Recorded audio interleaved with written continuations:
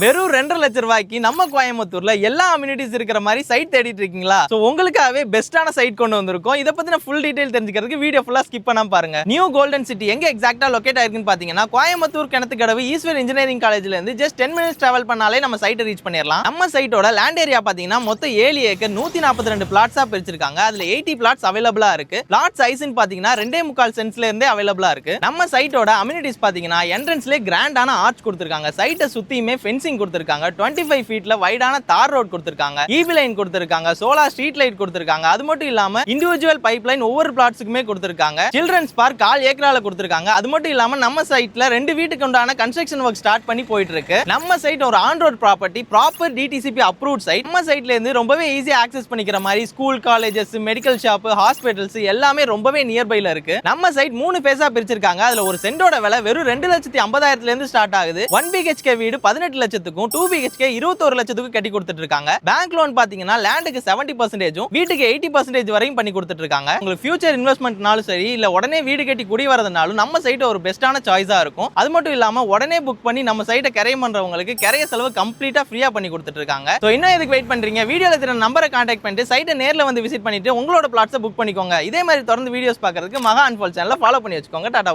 பாய்.